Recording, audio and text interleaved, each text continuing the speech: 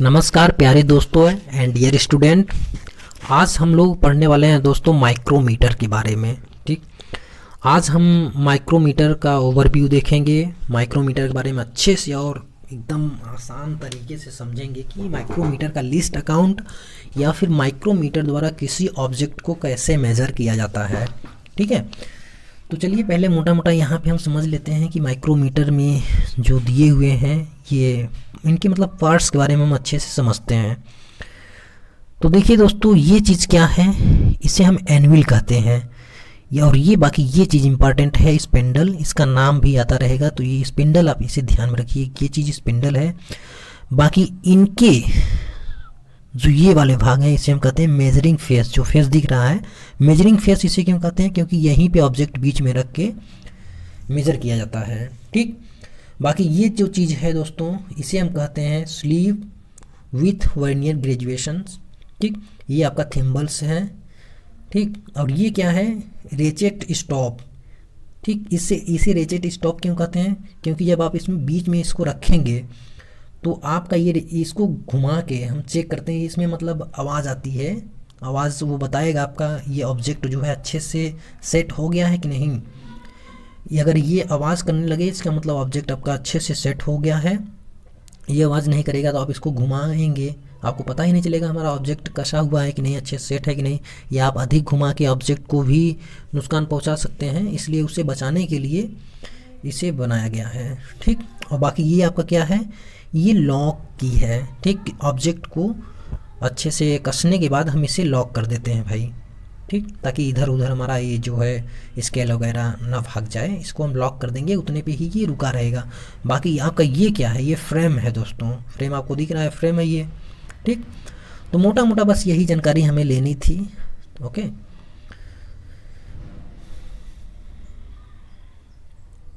बाकी देखिए दोस्तों, हम मेज़र क्या करते हैं माइक्रोमीटर के द्वारा, हम इसकी लेंथ भी नाप सकते हैं, डायमीटर का भी मापन कर सकते हैं, और इसका थिकनेस जो होता है उसको भी माप सकते हैं डायमीटर के द्वारा, माइक्रोमीटर के द्वारा।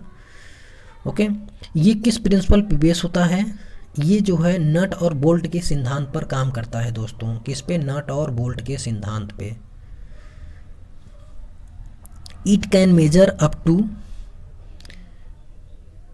0.01 mm और सेंटीमीटर में 0.001। ठीक है, ये दोस्तों एक तरह से इसका लिस्ट अकाउंट है, लोवेस्ट वैल्यू है, ये कितना कम माप सकता है। तो 0.01 mm माइक्रोमीटर का ये बहुत इंपॉर्टेंट क्वेश्चन है, पूछा जाता है माइक्रोमीटर का लिस्ट अकाउंट कितना होता है।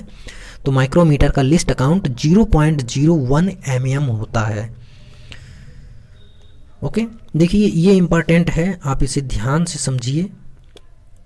ठीक, माइक्रोमीटर में हैंडल एक पूरा चक्कर घुमाने पर, ठीक, स्पिंडल 0.5 मिमी आगे बढ़ता है और इसे हम पिच कहते हैं दोस्तों।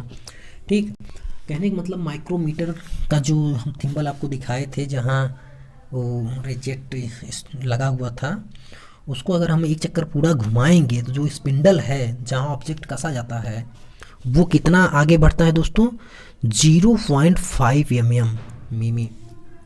ठीक, आगे बढ़ता है और इसी को हम पिच कहते हैं। तो आपसे पूछा जा सकता है कि माइक्रोमीटर का पिच कितना होता है, तो आप क्या बताएंगे, 0.5 mm। ओके, चलिए आगे बढ़ते हैं। देखिए 0 से 25 mm आउटसाइड माइक्रोमीटर द्वारा न्यूनतम 0.01 mm रीडिंग लेना संभव है। ठीक, मतलब इतना कम से कम रीडिंग आप ले सकते हैं। ओके ओके दोस्तों, आज हम फिर से पढ़ेंगे least count of micrometer. Micrometer का लिस्ट अकाउंट कैसे ज्ञात किया जाता है। ओके, तो देखिए लिस्ट अकाउंट के लिए एक फार्मूला है, पिच बटे में number of division on circle scale. ठीक, माइक्रोमीटर का जो स्केल होता है, ठीक, सर्कुलर स्केल, उसमें जो डिवीज़न होते हैं, मतलब थिम्बल पे जो डिवीज़न कटे होते हैं वो दोस्तों होते हैं 50। आप याद रखेंगे वो 50 डिवीज़न में कटे होते हैं। ठीक, माइक्रोमीटर का देखिए नंबर ऑफ डिवीजन आपको मैंने बताया, नंबर ऑफ डिवीजन कितने होते हैं 50। ग्रेजुएशन थिम्बल पे, जो थिम्बल पे डिवीजन होते हैं, ठीक, उसमें कितने होते हैं 50 होते हैं दोस्तों। उसके बाद पिच हमने देखा 0.5 mm। अब इसको रख दीजिए पिच बटे में, मतलब 0.5 बटे में 50, तो आपका आंसर आ जाएगा कितना, ये 0.01 mm। ठीक, यही है माइक्रोमीटर का लिस्ट अकाउंट। आप ऐसे ज्ञात कर सकते हैं इसे। ठीक, देखिए डायमेंशन टू बी मेजर्ड। ठीक, चलिए किसी भी ऑब्जेक्ट का हम डायमेंशन मेजर करते हैं, किसी ऑब्जेक्ट का डायमेंशन कैसे मेजर किया जाए ये हम अच्छे से समझते हैं। तो सबसे पहले इसके लिए दोस्तों आपका ये फार्मूला होगा। ठीक, ये जो है फार्मूला मैन स्केल रीडिंग, ठीक, जो स्केल पे मैन रीडिंग होगी उसको लेंगे, फिर थिम्बल, फिर स्केल रीडिंग लिस्ट अकाउंट, ठीक, मल्टीप्लाई कर देंगे, स्केल रीडिंग लिस्ट अकाउंट का मल्टीप्लाई कर देंगे। थिम्बल पे जो रीडिंग होगी उसको हम जोड़ेंगे, पहले मेन स्केल पे जो रीडिंग होगी उसको निकालेंगे, फिर थिम्बल पे जो रीडिंग होगी उसको ऐड करके, पहले ऐड करने से पहले हम भाई गुणा कर लेंगे इसमें लिस्ट अकाउंट में, थिम्बल की रीडिंग निकाल के लिस्ट अकाउंट में गुणा कर लेंगे। चलिए देखते हैं। देखिए दोस्तों, हमने जो अभी बताया था लिस्ट अकाउंट जब हम निकाल रहे थे तो बताए थे हम कि ये जो चीज़ होता है यही है आपका थिम्बल। ठीक, अब ये जो खांचे कटे हुए हैं, ये जो खांचे कटे हुए हैं ये कितने भाग में कटे होते हैं भाई 50। ठीक, 50। इसको जब हम ऐसे घुमाते हैं, एक चक्कर घुमाते हैं, तो ये स्पिंडल है, ये स्पिंडल कितना मूव करता है 0.5 mm। ठीक, हमने अभी देखा 0.5 mm, ठीक, मूव करता है। उसी को हम क्या कहते हैं, पिच कहते हैं भाई। ठीक, ये बात आपको समझ में आई होगी अच्छे से। ठीक, अब चलिए हम समझते हैं अच्छे से इसको, बिल्कुल इसका मतलब मेजर कैसे किया जाता है। यहाँ भी आया है कैलकुलेशन करके, तो ये कैसे आया है। ठीक है दोस्तों, चलिए समझते हैं। देखिए सबसे पहले तो हम ये समझ लेते हैं ये जो चीज़ बना हुआ है। चलिए पहले हम इसका ये चीज़ समझते हैं। ये मतलब 0 से जो 5 तक लिखा गया है, इनमें एक एक का गैप होता है। कहने का मतलब 0, फिर 1, फिर 2, 3, 4, तब 5 आएगा। ठीक है, चलिए हम पहले 0 से 5 तक, ये हमारी ये लाइनें हैं, ये हम लाइन खींच लिए हैं ये वाली। ठीक, अब इसके ऊपर बना हुआ है, ये मान लीजिए आपका 0 हो गया। ठीक, 0, फिर ये 1 हो गया, ये मान लीजिए हम 2 बना दिए, ये 3 हो गया, ये दोस्तों 4 हो गया, और ये 5 बना लिए।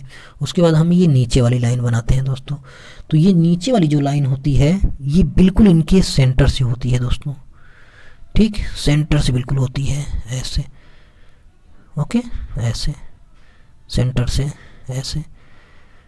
ठीक, अब देखिए ये 1 है, सॉरी ये 0 है, फिर ये 1 है, ये 2 है, ये 3 है, ये 4 है, फिर जाके ये क्या है, ये 5 है। ओके, अब देखिए इनके बीच 1 का गैप है। ठीक, अब क्योंकि ये क्या है, ये वाली लाइन सेंटर में है, तो इनके बीच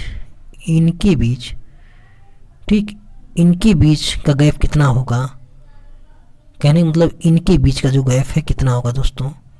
तो आप कहेंगे कितना होगा, इनके बीच का जो गैप होगा कितना होगा दोस्तों,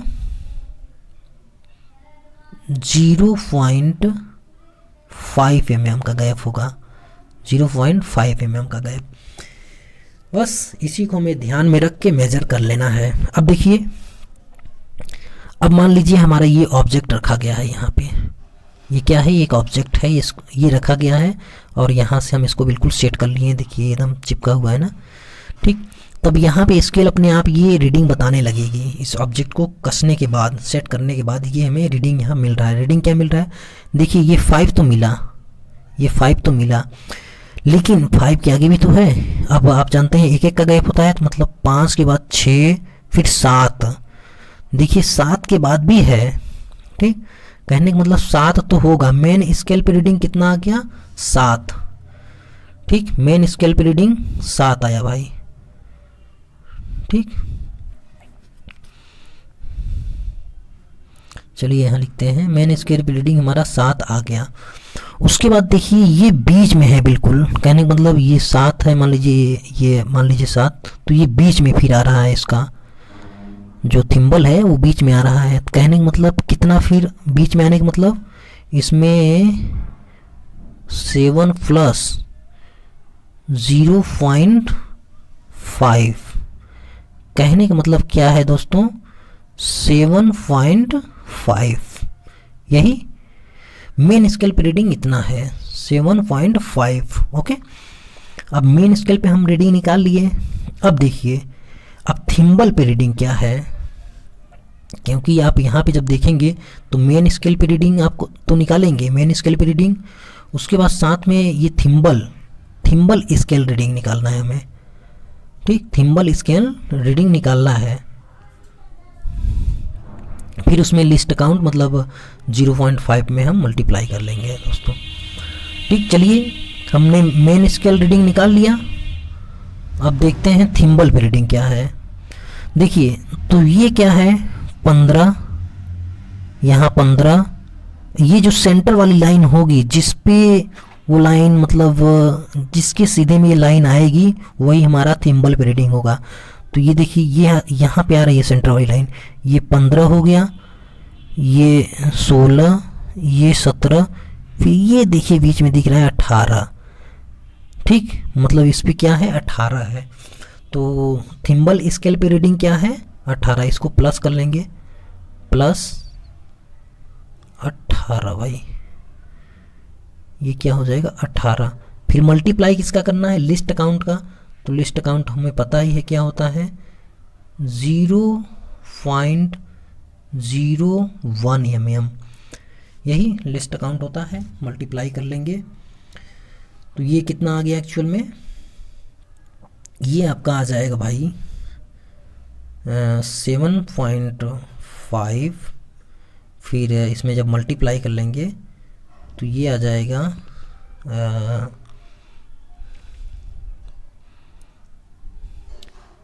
फिर प्लस 0.18, ठीक, 0.18 आएगा। ओके,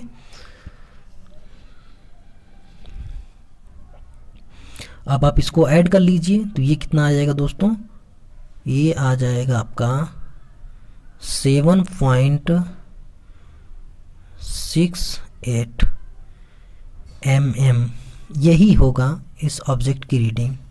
ओके, तो आई होप सो कि आपको बिल्कुल क्लियर हुआ होगा कि हम रीडिंग को कैसे निकालेंगे, कैसे कैलकुलेट करेंगे, ठीक है। तो दोस्तों बाकी आज के लिए बस इतना ही रखते हैं। बाकी वीडियो भाई पसंद आया हो, नॉलेजफुल लगा हो तो प्लीज़ चैनल को तुरंत लाइक करें, सब्सक्राइब करें, साथ में शेयर भी ज़रूर करें। ओके,